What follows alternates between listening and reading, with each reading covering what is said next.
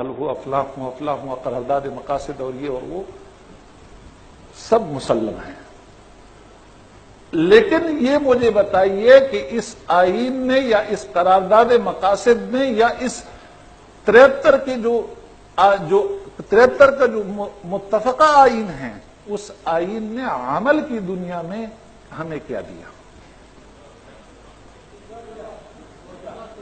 عمل کی دنیا میں اس نے ہمیں کیا دیا؟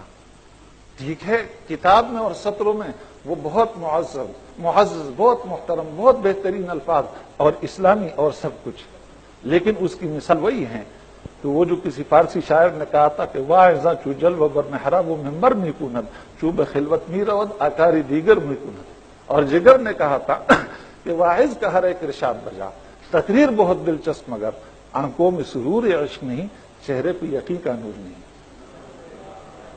وہ چیز کہاں ہے؟ عمل میں اس آئین نے یا اس قرارداد نے یا اس فلانے اور اس فلان نے عمل کی دنیا میں ہمیں کیا دیا؟ کیا پاکستان کی غربت ختم ہوئی؟ یہاں غریب کی حالت بدلی؟